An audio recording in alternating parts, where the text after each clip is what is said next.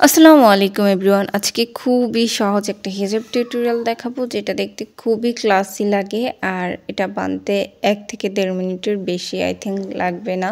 আর এইটা আমি মেক করছি হচ্ছে ছোট হিজাব দিয়ে। ছোট হিজাব সবারই থাকে। অনেক সময় অনেকে ছোট হিজাব দিয়ে সুন্দর করে হিজাব বাঁধতে পারে না। তো তাদের জন্য কিন্তু এই ভিডিওটা অনেক বেশি কাজে আসবে।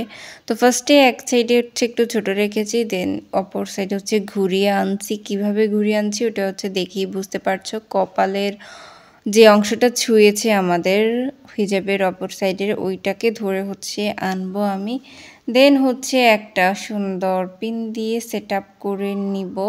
এবার হচ্ছে আরেক সাইডেও হচ্ছে পিন দিয়ে দিব যেন হচ্ছে নড়াচড়া না করে। দেন আমি হচ্ছে সব পজিশন আমার ঠিকঠাক করে নিব। তোমরা হচ্ছে তোমাদের মন মতো যেভাবে কমফোর্ট ফিল করো সেভাবেই দিও।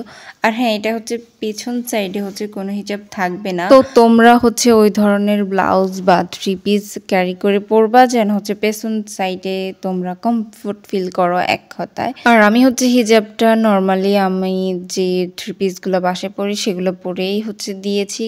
শাড়ি বা ভালো কোনো থ্রি পিস পরে দিইনি, কারণ আমি জন্মের আইলসা।